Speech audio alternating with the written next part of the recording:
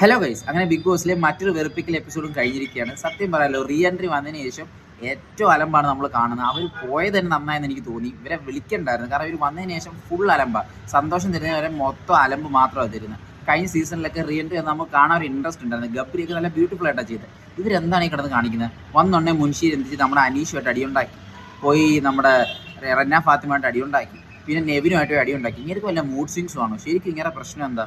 ഇങ്ങനെ വിചാരം first out ആവുന്ന വലിയ സംഭവം. പിന്നെ പറഞ്ഞ RJ ബിൻസിയൊക്കെ, ഇവരൊക്കെ സത്യം പറഞ്ഞാൽ എന്താണ് അനുമോളെ മാത്രം ടാർഗറ്റ് ചെയ്യുന്നത്?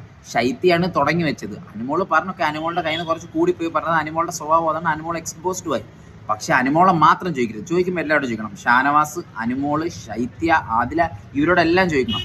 പിന്നെ അനുമോളുടെ വായിന്ന് കുലസ്ത്രീ വർത്താനം വരുന്ന അറിയാലോ, അനുമോൾ അങ്ങനെയാണ്. നാട്ടുകാരത് മനസ്സിലാക്കത്തില്ല. ബട്ട് അനുമോളെ മാത്രം ചോദിക്കാൻ ഞാൻ അക്സെപ്റ്റ് ചെയ്യുന്നില്ല. കാരണം ചോദിക്കുകയാണെങ്കിൽ എല്ലാവരോടും ചോദിക്കണം.